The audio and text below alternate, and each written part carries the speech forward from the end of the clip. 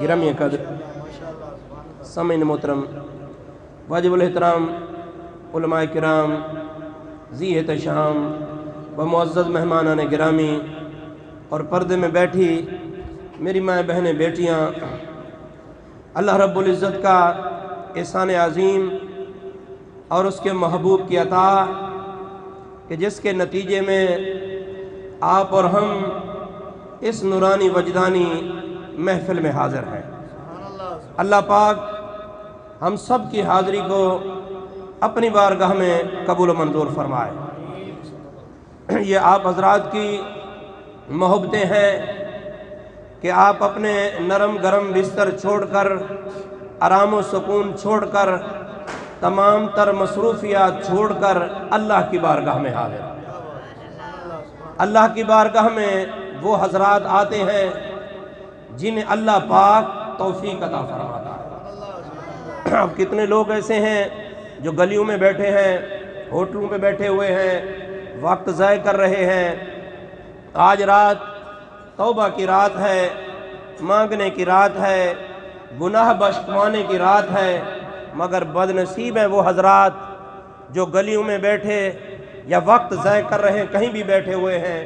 خوش نصیب ہیں وہ حضرات جو اپنے گھر کو چھوڑ کر اللہ کے گھر میں آئے بیٹھے ہیں۔ مولا ہم نے سب کچھ چھوڑ دیا ہے، تیری بارگاہ میں آ گئے ہیں۔ اللہ پاک کی رحمت اپنے بندوں کو بلا رہی ہے۔ اللہ پاک فرماتا ہے کہ میرا بندہ ایک قدم چلتا ہے میری طرف آنے کے لیے، میری رحمت 10 قدم چل کر اس کا استقبال کرتی ہے۔ تو آپ حضرات کی محبت کا یہ گلدستہ تیار ہو رہا ہے۔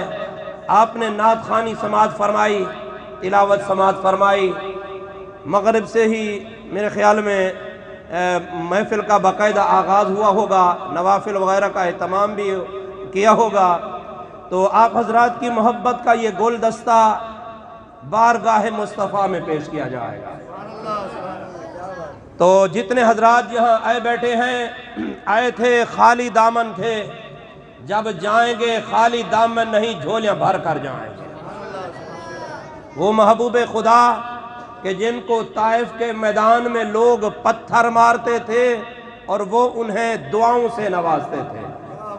تو آپ حضرات کی محبت کے جب گلدستے آپ کی بارگاہ میں پہنچیں گے تو آپ کا کیا خیال ہے کہ وہ خالی دامن جانے دیں گے؟ نہیں جانے دیں گے، دامن بھر کر دیں گے اور دامن بھر کر ہم اس محفل سے جائیں گے۔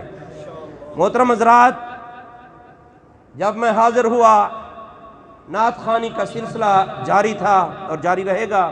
سانحہ خان مصطفیٰ تشریف فرما ہے اور کچھ پڑھ کے تشریف لے گئے ہیں اور جگہوں پہ بھی جانا ہوتا ہے۔ جب میں پہنچا، محفل کا سماں کچھ ایسا تھا، ایسے لگ رہا تھا جیسے کوئی جنتی درخت کو ہلا رہا ہے اور جنتی درختوں کے پھول آپ حضرات کے دامن میں آ رہے ہیں۔ یہ پھول جو آپ حضرات کے دامن میں آئے، انہیں سنبھال کر رکھنا۔ یہ عام پھول نہیں ہے، یہ دنیا میں بھی کام آئیں گے، قبر میں بھی کام آئیں گے، حشر میں بھی کام آئیں گے۔ میں شکریہ ادا کروں گا میرے محسن و مربی محترم میرے پیر بھائی مولانا افضل سعیدی صاحب، محمد افضل سعیدی صاحب دامت برکاتہم العالیہ، اور مولانا محمد اکمل عطاری صاحب کا کہ جن کی محبت بھری صدا پر لبیک کہتے ہوئے میں یہاں حاضر ہوا۔ یہ حضرات محبت کے ساتھ جب بھی مجھے یاد کرتے ہیں میں حاضر ہو جاتا ہوں۔ میں ایک محبت پسند آدمی ہوں، مجھے بڑا مجمع نہیں چاہیے، محبت کرنے والے 2 آدمی ہوں، ہماری حسرت پوری ہو جاتی ہے۔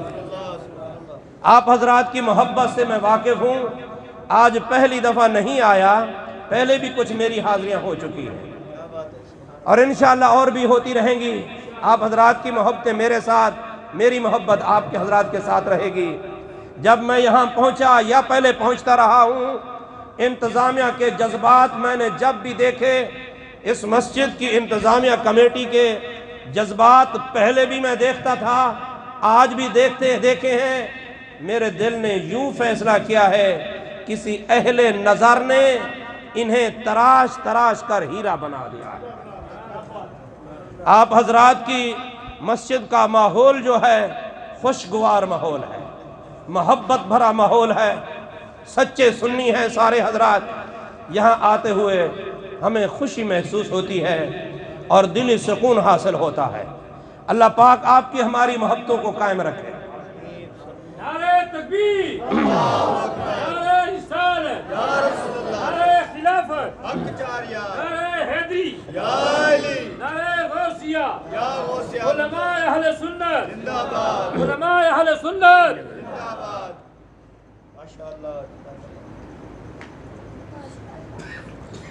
ایک دو محبت سے درود شریف پڑھ لیں سارے حضرات۔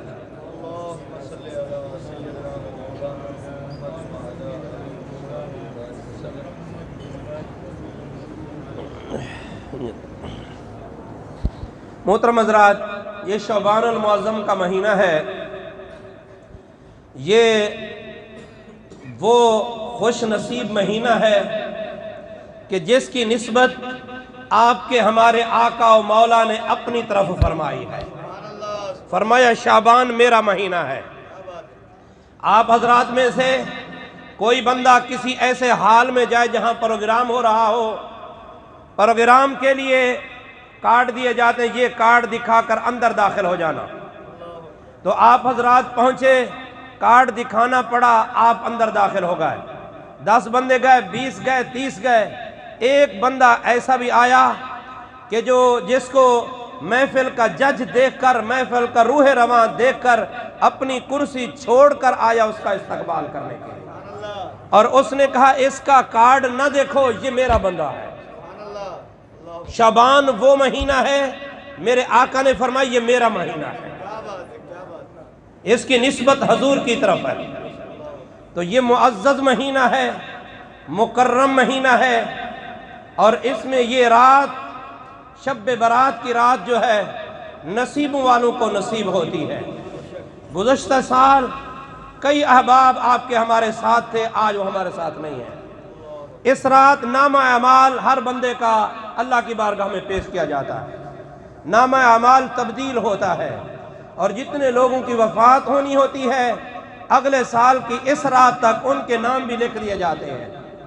تو محترم حضرات، یہ توبہ کی رات ہے، اللہ کی بارگاہ میں مانگنے کی رات ہے، اور بے شک اللہ تبارک و تعالیٰ توبہ کرنے والوں کو پسند کرتا ہے۔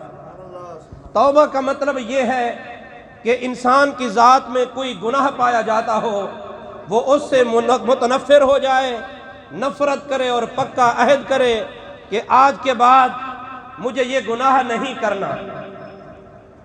اللہ سے توبہ کرے، ہاتھ پھیلائے، مولا آج کے بعد یہ گناہ نہیں کروں گا، پکا عہد کرے اور گڑ گڑائے، روئے، آنسو بہائے، اللہ پاک اس کے گناہوں کو معاف فرما دیتا ہے۔ اللہ کا وعدہ ہے، اے میرے بندے، اگر تیرے گناہ سمندر کی جھاگ سے زیادہ ہوں، میری بارگاہ میں آ جا، 2 آنسو بہانا تیرا کام ہوگا، تیری توبہ کو قبول کرنا مجھ رب ذوالجلال کا کام ہوگا۔ مومن جو توبہ کرتا ہے اس کی مثال ایسے ہے جیسے بکری کے تھنوں سے دودھ نکلتا ہے واپس نہیں جاتا۔ مومن جب توبہ کر لیتا ہے وہ پھر گناہوں کو مڑ کر نہیں دیکھتا، اور مومن آدمی سے کوئی چھوٹا سا گناہ ہو جائے وہ ایسے محسوس کرتا ہے جیسا کہ میرے اوپر پہاڑ گر رہا ہے، ڈرتا ہے، کانپتا ہے۔ دوستو، جس بندے کا خیال ہو کہ میرے اوپر پہاڑ گر رہا ہے تو آپ کیا سمجھتے ہیں کہ وہ گھومتا رہے گا، کھاتا رہے گا، پیتا رہے گا، سب کو چھوڑ دے گا، کھانا پینا ترک کر دے گا کہ یہ مجھ پر پہاڑ گر رہا ہے، کسی طریقے سے اسے ہٹانے کی کوشش کروں۔ اور جو فاسق فاجر ہوتا ہے وہ ایک کیا 10 گناہ کر لیتا ہے مگر مڑ کر نہیں دیکھتا۔ وہ ایک پہاڑ تو کیا دیوار ہی نہیں سمجھتا، دیوار کی ایک اینٹ بھی نہیں سمجھتا، جیسا کہ مکھی اس کے چہرے ناک پہ بیٹھی اور اس نے اڑا دی۔ یعنی گناہگار فاسق فاجر آدمی کئی مرتبہ گناہ کرتا رہتا ہے اور ذرا برابر ڈرتا نہیں ہے۔ آئیے آج اس رات آپ اور ہم اپنے اپنے گریبانوں میں جھانک کر دیکھیں ہمارا شمار کس لسٹ میں ہوتا ہے؟ مومن کی لسٹ میں ہوتا ہے یا فاسق فاجر کی لسٹ میں ہوتا ہے؟ یہ تو ہو ہی نہیں سکتا کہ ہم سے گناہ نہ ہوتے ہوں۔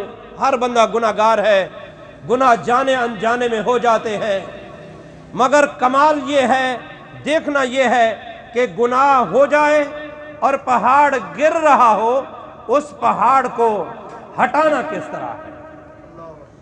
کبھی خیال کیا ہے کہ ہم سے ایک نماز چھوٹ گئی، کیا ہم اتنا ڈرے ہیں کہ پہاڑ مجھ پہ گر رہا ہے؟ 2 نمازیں چھوٹیں، 10 چھوٹیں، حتیٰ کہ سینکڑوں نمازیں چلی جاتی ہیں، سالہ سال کی نمازیں چلی جاتی ہیں، خیال تک نہیں آتا۔ کبھی عید کی نماز پڑھ لیتے ہیں، کبھی جمعے کی نماز پڑھ لیتے ہیں، کبھی ایک روزہ چھوٹا، خیال کیا ہے کہ میرے اوپر پہاڑ گر رہا ہے۔ اگر یہ خیال آیا ایک روزہ چھوٹنے سے پہاڑ گر رہا ہے، یا ایک نماز چھوٹنے سے خیال آیا کہ میرے اوپر پہاڑ گر رہا ہے، تو یہ مومن ہونے کی علامت ہے کہ مومن ہے۔ ایک روزہ چھوٹا ہے، ایک نماز چھوٹی ہے، وہ خیال کر رہا ہے کہ میرے اوپر پہاڑ گر رہا ہے، کسی طریقے سے اس پہاڑ کو ہٹاؤں۔ اس کائنات میں ہر چیز کا کوئی نہ کوئی علاج ہوتا ہے۔ جب پہاڑ گرنے کی کیفیت آئے پھر کیا کرنا چاہیے، کیا علاج کرنا چاہیے؟ آپ کے ہمارے آقا و مولا نے ارشاد فرمایا، اے بندے، اے میرے غلام، جب ایسی کیفیت ہو جائے کہ تو محسوس کرنے لگے کہ میرے اوپر پہاڑ گر رہا ہے، اس پہاڑ کو ہٹانے کا علاج یہ ہے، اللہ کی بارگاہ میں جھک جا، اللہ سے معافی مانگ، توبہ کر، اور آنکھوں سے آنسو بہا۔ آنسو کے وہ قطرات ابھی آنکھوں سے جدا ہوں گے، رخسار پہ نہیں آتے، بندے کے نام اعمال کو پہلے دھو دیتے ہیں۔ آنکھوں سے نکلنے والے آنسو ابھی چہرے پہ نہیں آئے، اللہ کی رحمت کے سمندر میں انہوں نے ہلچل مچا دی ہے۔ اور یہ جو پہاڑ گر رہا تھا، اس پہاڑ کو دور کر دیا۔ یہ پہاڑ ہٹتا ہے توبہ کرنے سے۔ آج آپ اور ہم تھوڑی دیر کے لیے سوچیں کہ ہمارا شمار پہلی لسٹ میں ہے یا دوسری لسٹ میں ہے۔ اگر دوسری لسٹ میں ہے، فاسق و فاجر والی لسٹ میں، یعنی گناہ کرتے رہے مگر کبھی خیال نہیں آیا، اس کے لیے اللہ رب العزت نے ہمیں یہ آج کی رات نصیب فرمائی ہے، یہ آج کی رات عطا فرمائی ہے کہ اے میرے بندے، پہلے کبھی نہیں آیا، اس رات میں آ جا، میری بارگاہ میں جھک جا۔ رات کے ان سناٹوں میں میری رحمت کی بارش چھما چھم برستی رہتی ہے۔ اب آنسو بہانا تیرا کام ہوگا، دامن پھیلانا تیرا کام ہوگا، ہاتھ پھیلانا تیرا کام ہوگا۔ میری رحمت پہلے سے تیرا انتظار کر رہی ہے، تیرا ہاتھ پھیلانا تیرا کام ہوگا، تیرے گناہوں کو معاف کرنا مجھ رب ذوالجلال کا کام ہوگا۔ اس رات اللہ کی رحمت پکارتی ہے، ہاں ہے کوئی بخشش مانگنے والا کہ اس کے گناہوں کو معاف کرو، ہے کوئی روزی رزق مانگنے والا اس کے رزق میں کشادگی عطا فرماؤں، ہے کوئی جنت مانگنے والا اسے جنت عطا فرماؤں۔ ساری رات یہ سلسلہ جاری و ساری رہتا ہے۔ محترم حضرات، عام راتوں میں اللہ رب العزت آسمان دنیا پر اپنی شایان شان کے مطابق جلوہ افروز ہوتا ہے، اور اس کی رحمت پکارتی ہے، اے میرے بندے میری بارگاہ میں آ جاؤ، آؤ مجھ سے دعا مانگو، آؤ مجھ سے توبہ کرو، آؤ کب آتے ہو؟ گناہگار بندے اپنے اپنے گھروں میں آرام کر رہے ہوتے ہیں، دروازے بند ہیں، نرم گرم بستر پہ سوئے ہوئے ہیں، خراٹے کر رہے ہیں، اللہ کی رحمت پکار رہی ہے، گناہگار سوئے ہوئے ہیں۔ محترم حضرات، نیکوکار لوگ جو ہیں وہ نرم گرم بستر بھی چھوڑ دیتے ہیں، نیندیں بھی چھوڑ دیتے ہیں، رات کی تنہائی میں مصلی بچھا کر بارگاہ ربوبیت میں کھڑے ہو جاتے ہیں، اے اللہ ہم حاضر ہیں۔ کبھی وہ نماز تہجد ادا کر رہے ہوتے ہیں، کبھی وہ اور نوافل پڑھ رہے ہوتے ہیں، کبھی وہ توبہ کے نوافل ادا کر رہے ہوتے ہیں، کبھی وہ قرآن کی تلاوت کر رہے ہوتے ہیں، کبھی وہ استغفار کر رہے ہوتے ہیں۔ رب نے دیکھا میری رحمت انہیں پکارتی ہے رات کے آخری حصے میں، رات کے آخری حصے میں نیکوکار تو اٹھ کر آ جاتے ہیں مگر گنہگار پڑے رہتے ہیں۔ پھر اللہ پاک نے گنہگاروں کو جب دیکھا فرمایا اے حبیب مکرم، آپ کی گنہگار امت کے لیے میں نے ایک رات ایسی رکھی ہے، شب برات کی رات۔ پہلے تو رات کے تیسرے حصے میں میری رحمت بلاتی تھی، مگر شب برات کی رات وہ ہے 14 شعبان کا سورج غروب ہو رہا ہوتا ہے، میری رحمت کی صدائیں بلند ہو رہی ہوتی ہیں۔ میری رحمت کی وہ صدائیں جو رات کے آخری حصے میں ہوتی تھیں، شعبان المعظم کی 14 تاریخ کو سورج کے غروب ہونے کے وقت سے وہ رحمت کی صدائیں بلانا شروع کر دیتی ہیں۔ آؤ میرے بندو میری بارگاہ میں آ جاؤ، آؤ مجھ سے جو مانگتے ہو مانگو، دامن پھیلاؤ مجھ سے مانگو۔ کتنا بڑا غفور و رحیم خدا ہے کہ پہلے تو یہ دروازے کھلتے تھے رات کے آخری حصے میں، شعبان المعظم کی رات آئی، یہ دروازے جو ہے مغرب کے وقت سے کھل گئے اور ساری رات کھلے رہتے ہیں۔ اے میرے بندے میری بارگاہ میں اب آتے رہو، پہلے نہیں آئے تو اب آ جاؤ۔ محترم حضرات، میرے نبی نے ارشاد فرمایا کہ یہ میرا مہینہ ہے، اس مہینے میں زیادہ سے زیادہ روزے رکھا کرتے تھے۔ صحابہ نے جب سوال کیا حضور اس مہینے میں آپ روزوں کا زیادہ اہتمام فرماتے ہیں، کیا حکمت ہے؟ آپ نے ارشاد فرمایا کیونکہ یہ ایک تو میرا مہینہ ہے، اس مہینے میں ہر بندے کا نام اعمال اللہ کی بارگاہ میں پیش کیا جاتا ہے۔ میں چاہتا ہوں جب میرا نام اعمال اللہ کی بارگاہ میں پیش کیا جائے تو میں روزے کی حالت میں، اور فرمایا کہ ہر بندے کی موت کے بارے میں 15 شعبان کی رات کو فیصلے کیے جاتے ہیں۔ میں چاہتا ہوں جب میرے اجل کا فیصلہ ہو میں روزے کی حالت میں ہوں۔ ام المومنین اما عائشہ صدیقہ رضی اللہ تعالی عنہا ارشاد فرماتی ہیں ایک رات میں نے حضور کو بستر پر نہ پایا، میں تلاش کرنے کے لیے نکلی، سفر کرتے کرتے جنت البقیع کے قبرستان میں پہنچ گئی، حضور کا دیدار کیا۔ حضور نے دیکھا، فرمایا اے عائشہ تو نے کیا سوچا؟ کیا اللہ اور اس کا رسول تیری حق تلفی کریں گے؟ میں عرض کرتی ہوں آقا، باتقاضۂ بشریت ایک خیال آیا تھا کہ ازواج مطہرات میں سے کسی زوجہ کے گھر میں تشریف لے گئے ہوں گے۔ حضور نے فرمایا اللہ اور اس کا رسول کبھی تیری حق تلفی نہیں کر سکتے۔ فرمایا اے عائشہ کیا تجھے معلوم ہے کہ آج رات کون سی رات ہے؟ میں عرض کرتی ہوں اللہ اور اس کا رسول بہتر جانتے ہیں۔ میرے نبی نے ارشاد فرمایا آج 15 شعبان المعظم کی رات ہے، یہ ایسی رات ہے اللہ پاک میری گنہگار امت کی مغفرت فرماتا ہے۔ اور مثال دی، عرب کا ایک قبیلہ تھا، بکریاں پالتا تھا، قبیلہ بنو کلب کے نام سے یاد کیا جاتا تھا۔